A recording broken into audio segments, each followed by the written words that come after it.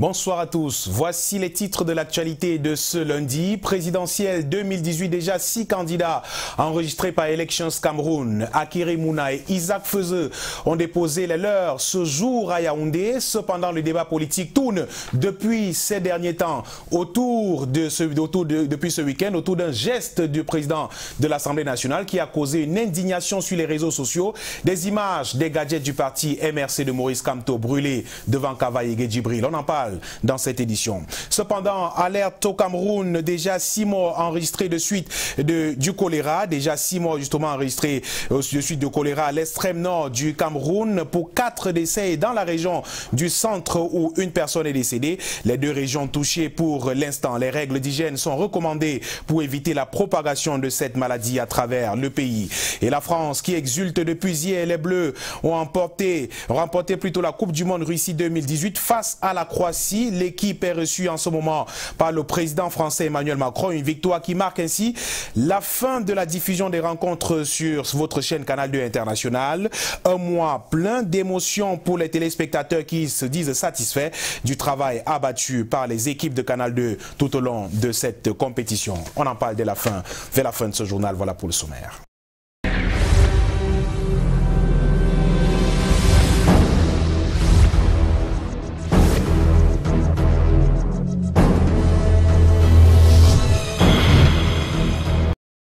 Bienvenue au 19h50, on ouvre par la politique et cette 6e candidature sur la liste des prétendants au palais d'Etoudi. Akere Mouna, issu de la société civile et promoteur du mouvement NAO. Il a acheminé lui-même son dossier ce jour au siège d'Elections Cameroun à Yaoundé.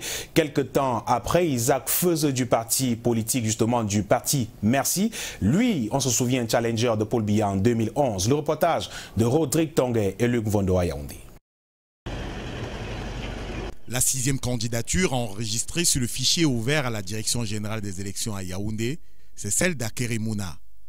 Le candidat investi par le Front populaire pour le développement a déposé son dossier ce lundi en mi-journée.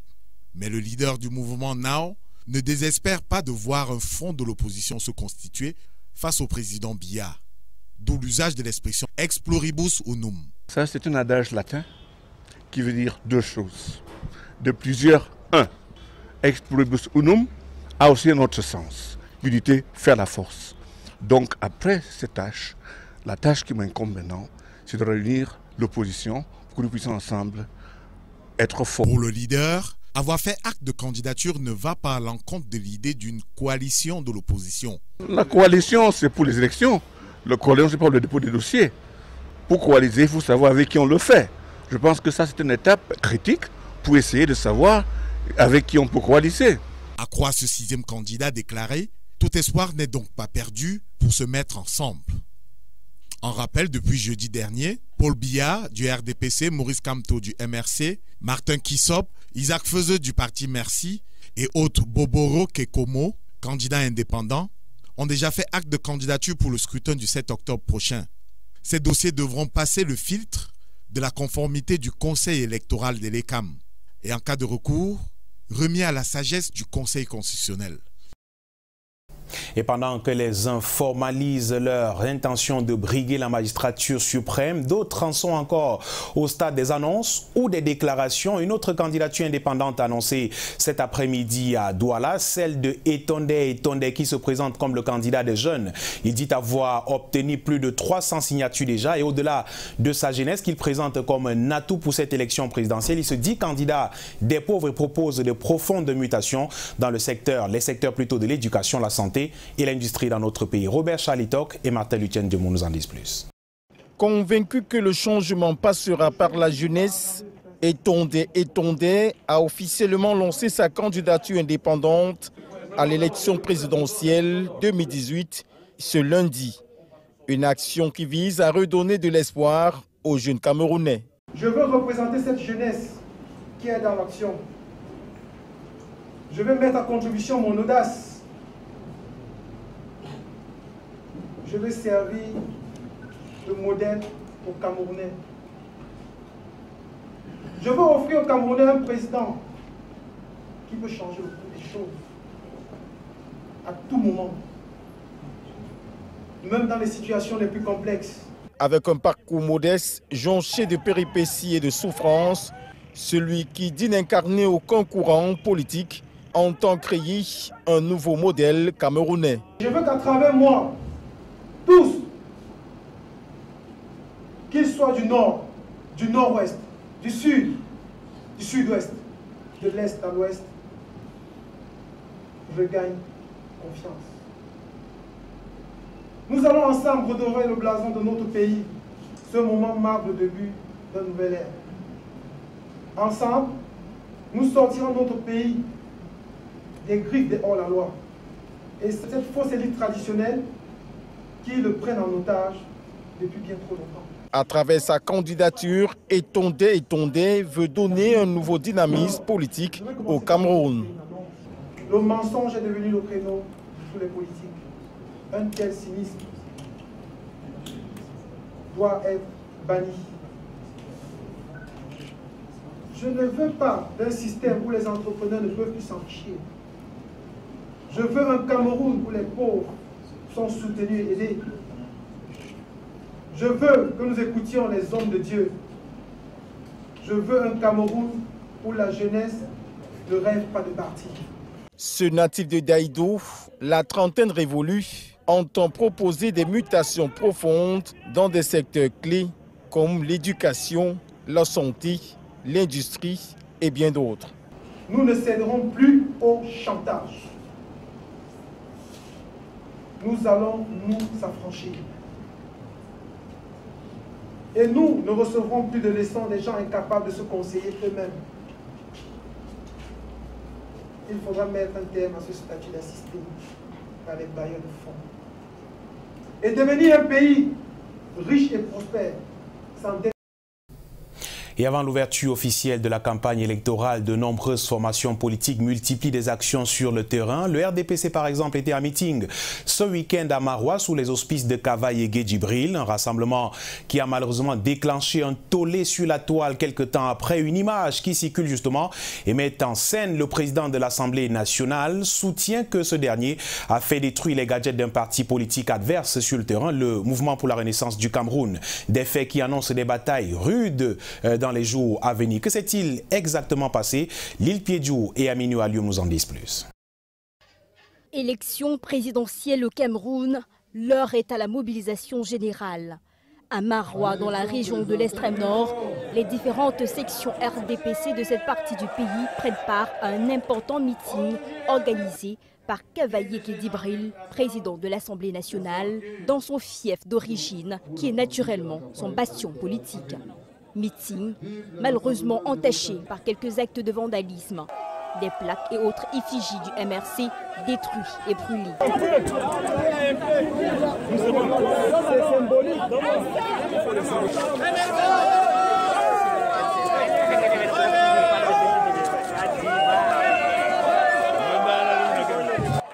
Les militants qui reviennent au bercail réaffirment leur engagement à soutenir le président Paul Biya dans sa conquête d'un 7e mandat.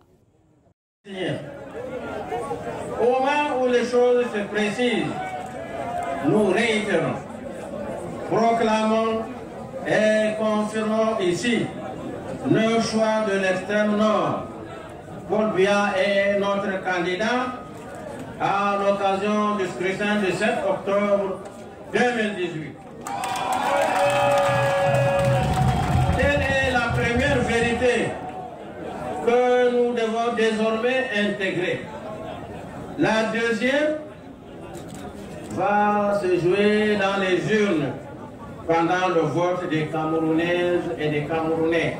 Au regard de cette bataille politique émaillée de quelques incidents d'un autre âge, on est en droit de se demander ce que réserve la vraie campagne électorale aux Camerounais dès lors que cette dernière sera ouverte. Les images sont donc claires et parlent d'elles-mêmes. Le président de l'Assemblée nationale qui fait brûler les objets d'un parti politique, le MRC, un geste politique justement qui dénote de la féroce rivalité entre les formations politiques dans cette partie du pays, la région de l'extrême nord justement, qui charrie de nombreux appétits électoraux. Yvonne Katike nous fait ce soir l'analyse de cette guerre des tranchées qui s'annonce âpre et apparemment sans concession entre les différents partis politiques qui semblent se permettre tous les coups, malheureusement. Hier, C'était le Manidem et son président qui déchiraient les effigies d'un candidat du RDPC le long des rues de Douala. C'était en pleine campagne pour les élections municipales. Aujourd'hui, c'est le RDPC qui déchire et détruit les gadgets du MRC. Et demain, ce sera un autre parti qui va déchirer et brûler, signe de rejet des militants. C'est que la guerre est ouverte. Elle est désormais visible et elle le sera encore et plus forte tout au long de la campagne électorale. On ne s'en cache plus, la présidentielle est annoncée et tous les moyens seront mis en œuvre pour déstabiliser l'adversaire et glaner quelques points dans l'estime des potentiels électeurs. Les partis politiques s'entrechoquent, quelquefois par médias interposés. La guerre ouverte publiquement ternit quelquefois l'image du jeu politique, puisqu'il ne s'agit en fin de compte que d'un jeu, où toutes les manœuvres sont certes utilisées dans l'optique de fragiliser et nuire à l'image de son vis-à-vis. Mais la formule choisie par certains partis politiques qui vise à déchirer, brûler ou détruire les objets matériels du concurrent ne porte quelquefois pas l'adhésion des potentiels électeurs. Mieux, c'est une arme à double tranchant qui ne produit pas souvent l'effet escompté. Au lieu de conduire à l'estime, c'est plutôt le rejet qui s'ensuit. En tout cas, la guerre est ouverte. Elle ira grandissante avec diverses techniques de déstabilisation. Le combat s'annonce rude et très rude. Et les partis politiques ne ménageront aucun effort pour détruire leur vis-à-vis.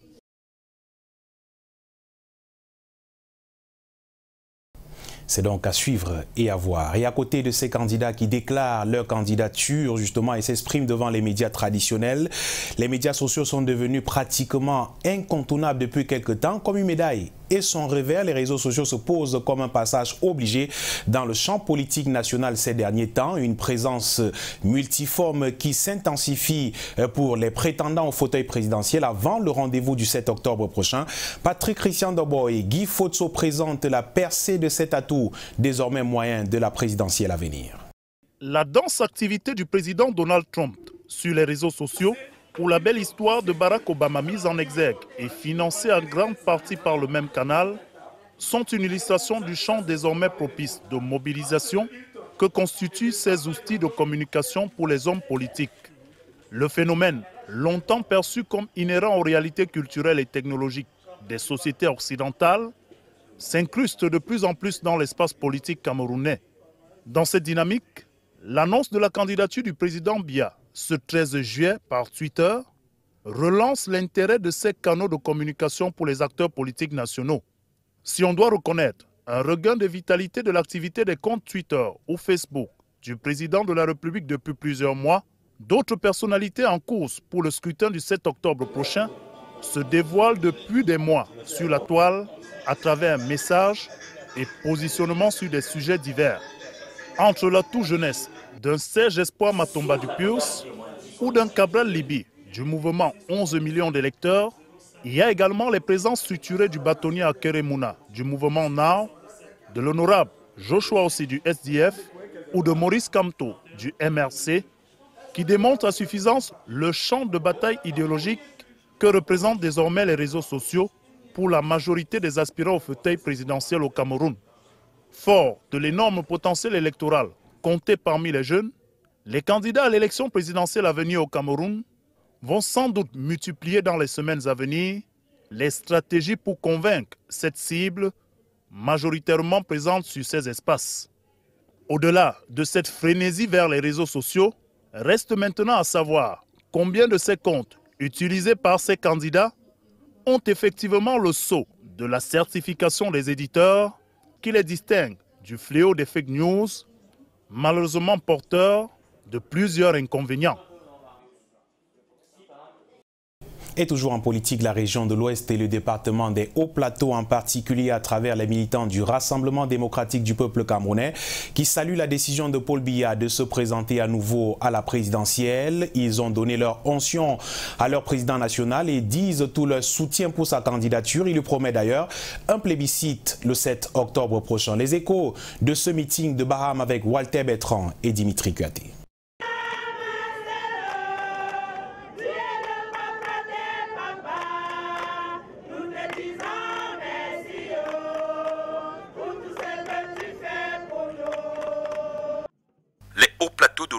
Cameroun expriment, magnifient et signifient leur soutien graditique au président de la République. Nous sommes au stade municipal de Baham, ce 14 juillet 2018, au cœur du meeting de remerciement et de soutien de la candidature du président de la République, véritable début de campagne. Un tabernacle de sport complètement métamorphosé en tribune où tout l'Ouest, politique, administratif, militaire, traditionnel, économique, culturel traduisent dans le concret leur engagement derrière son Excellence Paul Biya, chef de l'État. Une gratitude profonde à l'unisson, présidée par le président du Sénat, qu'accompagne son épouse, vice-présidente du CERAC, du vice-premier ministre, secrétaire général du comité central du RDPC, une kyrielle de membres du gouvernement originaire de l'Ouest. Que le haut plateau se fera avec Paul Biya ou ne se fera pas. Parce que je peux dire, une épouse de RDPC. L'épouse, quand vous êtes dans un foyer, quand vous êtes bien entretenu, on ne peut plus regarder dehors. Un engagement inlassable pour une campagne exceptionnelle qui s'annonce. Le département des Hauts-Plateaux, dans ce contexte, doit une fois de plus montrer qu'il est à la hauteur de sa réputation, à la hauteur de son histoire récente. Dans ce département, il existe une tradition de vote massif en faveur du président de la République.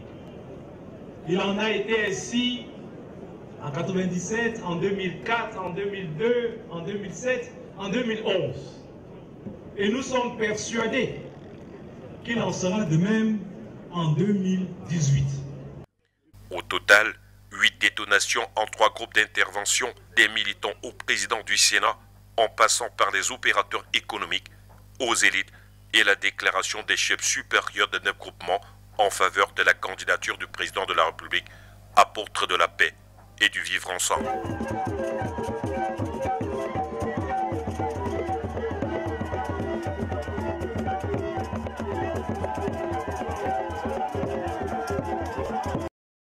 Nous le disions en titre, en santé, l'alerte est lancée depuis quelques jours. Déjà 6 victimes du choléra enregistrées au Cameroun, 5 morts à Maroua et 1 à Yaoundé pour 43 victimes toujours internées dans les centres hospitaliers de la région de l'extrême nord du pays. Cependant, à Douala, on recommande des mesures d'hygiène et de salubrité d'ailleurs pour éviter l'arrivée de cette épidémie. Mireille Flore de Fofotso et Marius Koso nous parlent de cette maladie et nous donnent des astuces pour l'éviter. On n'en avait plus entendu parler il y a quelques années, jusqu'à la date du 13 juillet, où le ministre de la Santé publique, dans un communiqué, annonce le décès de 6 personnes des suites de choléra et de 43 cas traités dans la région de l'extrême nord, tout en invitant les populations à plus de vigilance. C'est le cas enregistré hier dans la ville de Yaoundé qui a créé la psychose chez quelques personnes dans la ville de Douala ce matin. Pour en savoir davantage, nous nous sommes rendus au Centre régional pour la prévention et la lutte contre les événements de santé. Le coordonnateur nous en parle. En ce moment, au niveau de la région du littoral, nous ne sommes pas en épidémie de choléra. Mais nous appartenons au Cameroun qui, lui, il est en épidémie de choléra. Au regard du grand foyer que nous avons au nord et du cas confirmé qu'on a eu à Yaoundé. Mais nous n'avons aucun autre cas confirmé à Yaoundé. Mais dans les définitions des cas, nous disons que dès qu'on a un cas, nous sommes en épidémie. Évidemment, je comprends votre inquiétude.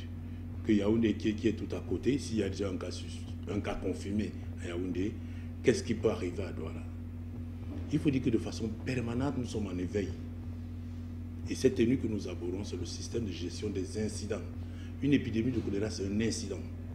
Donc nous sommes permanemment en éveil. L'heure est à la prévention. Les populations devraient faire beaucoup plus attention, éviter de fouiller les poubelles, toujours se laver les mains avant de les porter à la bouche et surtout prendre soin de l'eau qu'ils boivent. C'est une maladie de la saleté, mais c'est une maladie qu'on attrape que si on porte les mains sales à la bouche. C'est-à-dire que vous vous asseoir à l'intérieur d'une poubelle, mettre tous les vibrions autour de vous ne passeront pas par votre peau. Ils ne sont valables, nous donnerons la maladie que si vous portez ces mains à votre bouche. Donc si vous lavez vos mains avant de les porter à votre bouche, vous ne ferez jamais le choléra. On ne doit pas être trop inquiet. Mais à côté des mains sales, il y a d'autres choses qui entrent dans la bouche, comme l'eau. Il faut sécuriser de l'eau. Et sécuriser de l'eau, ce n'est pas compliqué. C'est un bidon de 20 litres d'eau dans lequel vous mettez une cuillère à café de l'eau de javel. Précisons que le choléra est une maladie qui se caractérise par l'émission des sels liquides 2 à 3 fois en 24 heures et suivie d'une déshydratation. C'est déshydratation, c'est déshydratation, c'est déshydratation, c'est déshydratation. Les hommes de Dieu rendent un hommage aux soldats camerounais engagés dans les différents fronts de bataille à travers le pays. Les pasteurs de toutes les congrégations religieuses ont célébré une messe en leur honneur hier à Yaoundé. Ils les ont invités justement à garder la foi et l'espérance dans leur combat. Une célébration œcuménique qui a vu la présence des membres du gouvernement. Les détails avec Alain Gislain Kanga et Serge Alain Zibo. Nous vous bénissons et nous vous donnons la paix qui vient de lui. L'union des capacités spirituelles pour implorer le salut des forces armées camerounaises.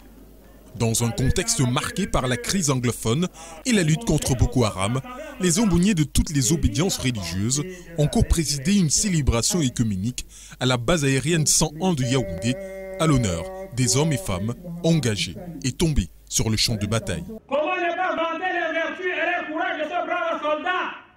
C'est toute la nation qui est derrière vous. L'archevêque métropolitain de Yaoundé a non seulement évoqué sa peine, mais aussi sa satisfaction quant à la mobilisation des hommes de Dieu sans distinction de religion derrière l'armée camerounaise. Cette voix unie qui monte vers le Père, qui monte vers Dieu, notre Dieu, est le signe d'une volonté qui traverse tout le grand courant interreligieux de notre pays. Tous les corps de l'armée ont pris part à cette messe. À leur côté, les membres des familles des soldats tombés et quelques membres du gouvernement. Le ministre en charge de la Défense a salué cette initiative. Ils ont maintenu comme leur famille juste pleinement et leur liberté de culte garantie par la Constitution. Raison pour laquelle les forces de défense et de sécurité reçoivent et accueillent les services des aumôniers qui acceptent bénévolement et sans rémunération de venir les encadrer. Les pasteurs ont appelé les soldats à garder la foi et l'espérance afin que Dieu restaure la paix au Cameroun. Avec vous, nos forces de défense. Un public reportage dans ce journal. Le directeur général de la Camtel, David Koto Emana, a entamé depuis peu une visite des chantiers sur les sites justement mis en œuvre pour la structure dont il a la charge. Récemment, il s'est rendu à la Cable Landing Station de Kribi dans le département de l'Océan. Question de voir de plus près l'état d'avancement des travaux. Des travaux justement réalisés à 55% et qui seront livrés dans les délais. Constat de Karel Mezatia Choya et Michel Foucault.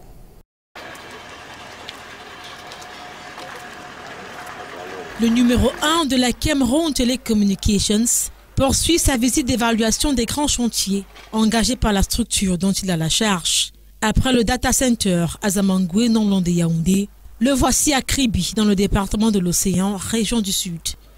David Nkotoiman est venu toucher du doigt l'état d'avancement des travaux de construction de la Cable Landing Station du projet CEL, une descente sur le terrain qui a permis au directeur général de constater que les travaux avancent sans anicroche. Taux de réalisation de la bâtisse, construite sur à peu près 3000 mètres carrés, 55%. À terme, elle sera imposante telle que présentée sur la maquette. Les grosses œuvres, c'est-à-dire les fondations, les élévations et les cloisonnements sont pratiquement achevés. Le bâtiment abrite les équipements techniques d'exploitation du câble sous-marin qui relie Kribi au Cameroun à Fortaleza au Brésil. La livraison est prévue au mois de septembre prochain. Une grande réalisation prescrite par le chef de l'État, dont l'une des principales articulations est l'extension du réseau fibre optique sur le triangle national. Nous sommes pratiquement à près de 4000 km de fibre optique posée. Nous allons être à Fortaleza bien avant la fin du mois d'août. Exactement le 14 août. La landing station ne va pas seulement accueillir le câble sous-marin Cameroun-Brésil. Le câble Cameroun-Brésil ne vient qu'en seconde position. Nous avons d'abord posé le câble Cameroun-Nigeria entre la ville de Kribi et la ville de Lagos, d'une distance de 1000 km. Ce câble a été posé et fonctionne actuellement. Nous attendons le câble Est, certainement qui viendra après le câble CEL, Cameroun-Brésil. Donc il y a un autre câble qui nous permet de nous connecter une fois de plus à l'Europe, c'est le câble Est. Une innovation qui génère déjà des revenus à l'État. Je dois dire, en ce qui concerne l'exploitation du câble, nous avons signé un premier contrat commercial avec la société Guide de Guinée équatoriale d'un montant de 35 millions de dollars, ce qui correspond à peu près à 18 milliards de francs CFA. De bons points pour le gouvernement, déterminé à révolutionner l'économie numérique dans notre pays.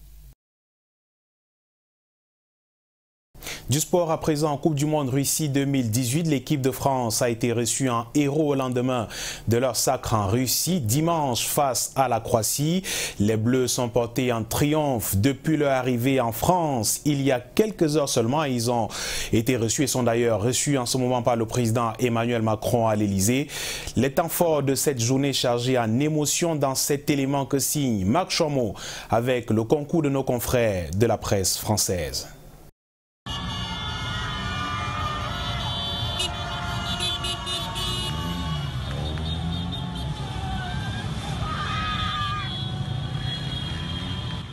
Les héros sont de retour au Bercail. Les champions du monde ont rejoint la France ce lundi. Leur bus, affrété pour l'occasion, a traversé l'avenue des Champs-Élysées sous les cris de milliers de Français, tout heureux du sacre de cette équipe qui leur a donné du bonheur en soulevant le trophée le plus prestigieux du monde. Didier Deschamps et ses joueurs ont été immédiatement reçus à l'Elysée par le président de la République française, Emmanuel Macron. Un bain de foule les y attendait. Près de 3000 personnes, y compris des jeunes, ont pu tutoyer leurs héros. Des moments de joie rythmés par les animations du milieu de terrain de Manchester, Paul Pogba.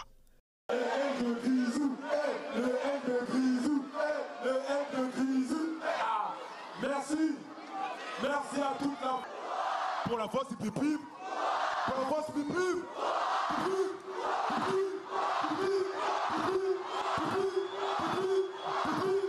La journée s'est achevée par un dîner à l'Elysée avec le président de la République française. L'agenda des nouveaux champions du monde n'est pas prêt de se libérer pour le moment, eux qui ont encore plein d'activités dans les prochains jours. 3, 2, 1, allez!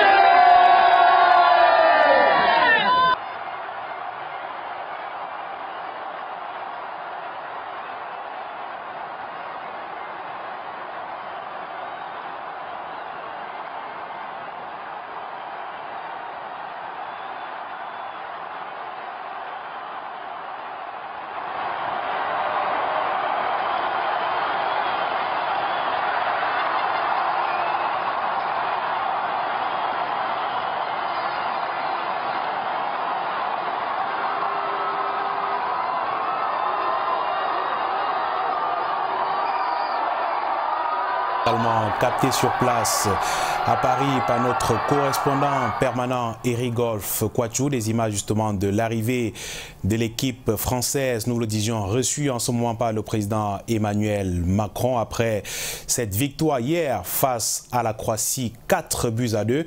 Merci justement infiniment à notre correspondant permanent Eric Golf Quachou pour ces belles images de l'arrivée des Français sur l'avenue des Champs-Élysées ce jour. Et à suivre justement la Coupe du Monde Russie 2018 qui s'est achevée hier avec une victoire de la France sur la Croatie. Elle a été vécue de bout en bout sur les antennes de Canal 2 International. Les dispositions prises par votre chaîne nous ont donné l'occasion justement et la latitude aux nombreux téléspectateurs de vivre les rencontres comme si vous étiez en Russie. La qualité des plateaux, la performance des commentateurs saluée à l'unanimité. Le mondial sur la 2 vu par des professionnels de sport et même des médias dans cet élément de Junior Ossin et Luciano Diakou. Allez, Alan Zagoev de sorte de nous imposer la salade. Le premier but du mondial. Pendant un mois, du 14 juin au 15 juillet 2018, la Coupe du Monde Russie 2018 sur Canal 2 International a été un franc succès. tant sur la retransmission en direct des différentes rencontres que sur la qualité des images en haute définition. Le Canal 2 a fait ce qui était superbe pour tout le monde. Ça nous a permis de voir tous les matchs qui étaient joués de l'autre côté comme si on était en Russie. Je dis bravo à Canal 2 et mes encouragements. Sur la chaîne verte, le Mondial Russie 2018 a connu la mobilisation d'une équipe de journalistes sportifs jeunes et dynamiques et de consultants cultivés, des professionnels du micro pour des commentaires hyper accrocheurs. Avec des journalistes parfaitement aguerris et affûtés à la tâche, je ne voudrais pas les citer nommément pour ne pas faire de jaloux, mais seulement c'est pour tirer un grand coup de chapeau au top management de Canal 2 qui nous a retransmis une qualité inédite de cette Coupe du Monde-là. Au-delà de cette performance humaine, il y a eu le décor des plateaux, tradition d'une ingéniosité humaine et la maîtrise de l'esthétique.